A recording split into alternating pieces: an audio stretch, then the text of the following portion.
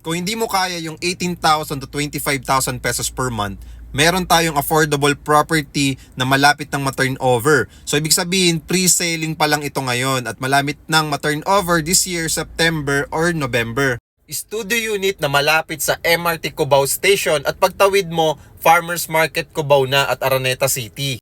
Siyempre, along EDSA yan, malapit sa mall, schools, hospital. Dahil pre-selling pa, pwede ka pang makapag-avail ng 120,000 pesos discount. Ops, hindi budol yun ha. Totoo yun at pwede ka pang magkaroon ng free window blinds and free aircon. Dahil pre-selling, atin-atin lang to ha. Mas mura pa siya ngayon bago ma-turnover.